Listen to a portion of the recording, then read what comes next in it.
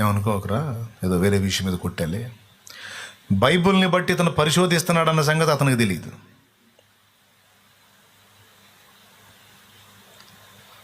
ఏమనుకోకరా, వెళ్తున్నాను నేను అని వెళ్ళిపోతాడు.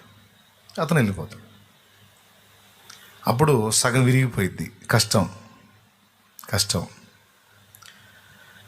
ఆయనతో పాటు చదివే ఆడపిల్లలు ఇద్దరు ఉంటారు. ఒక అమ్మాయి పేరు గుర్తుంది, రీటా అనే ఆ పేరు. ఇంకొక ఆమె పేరు సంథింగ్ ఏదో ఉంటుంది, మేరీ ఏదో ఉంటుంది. చర్చికి వెళ్ళేవాళ్ళు క్రైస్తవులుగా గుర్తింపబడినటువంటి బిడ్డలు ఇద్దరు స్టూడెంట్స్, యవనస్తులు అంటారు. విషయం ఏంటంటే ఆ కాలేజీ మొత్తంలో కూడా ఇతను అందగాడు, చలాకీ పర్సన్. అంటే అతడు ఒక దగ్గర నిలబడితే అక్కడున్న వాతావరణాన్ని ప్రభావితం చేయగలిగే వ్యక్తి. అలవోకగా అవతల వాళ్ళ దృష్టిని తన వైపుకు ఆకర్షింప చేసుకోగలిగిన వ్యక్తి ఇతను. యాక్టివ్ పర్సన్ అన్నమాట. అతనితో ఫ్రెండ్షిప్ అంటే చాలామంది ఆడపిల్లలే ఇష్టపడతారు. అలాంటి వ్యక్తి మీకు కూడా దొరుకుతుంది. ఈరోజు మనం మూవీకి వెళ్దామా అంటాడు, సినిమాకి వెళ్దామా అంటాడు. అంటే అసలు నీతో సినిమాకా, ఎంత అదృష్టం. అంటే యవనస్తురాళ్ళు అతను ఒక హీరో లాగా చూస్తారన్నమాట.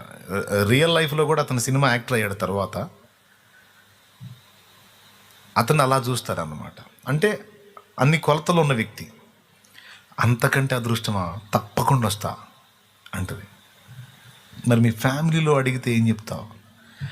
ఏమంటే అదనపు క్లాస్ ఉంటుంది కదా, అదనపు క్లాస్ ఉందని చెప్తాను. వాళ్ళని బ్రూటీ కొట్టడం పెద్ద ప్రాబ్లమే కాదు. ఎప్పుడు అందంట, నేను ఆలోచించుకొని చెప్తాను అని వెళ్ళిపోతాడు. మేరీ ఉంటుంది. మరొక సందర్భంలో మేరీని పలకరిస్తాడు. మేరీ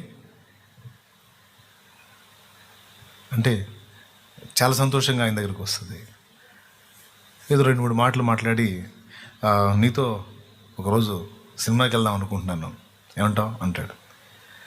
అమ్మాయి కూడా డిగ్రీకి అంతేసిద్ది. అమ్మో, నీతో అసలు నువ్వు నన్ను పలకరించావు, నన్ను పిలిచావు, అసలు నాతో మాట్లాడుతున్నావు, నిజమేనా ఇది?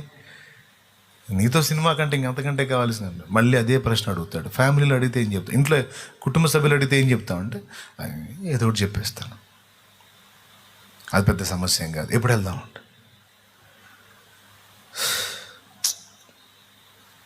అప్పుడు యేసు ప్రభుని ఎరగని అన్యక్రమంలో ఉన్న ఇద్దరు ఆడపిల్లలను అడుగుతాడు. మళ్ళీ వాళ్ళు ఇతన్ని అభిమానించినా ఇంట్లో తెలిస్తే ఇబ్బంది అవుతుంది, గొడవలు అవుతాయి, కనుక మేము రామంటారు వాళ్ళు.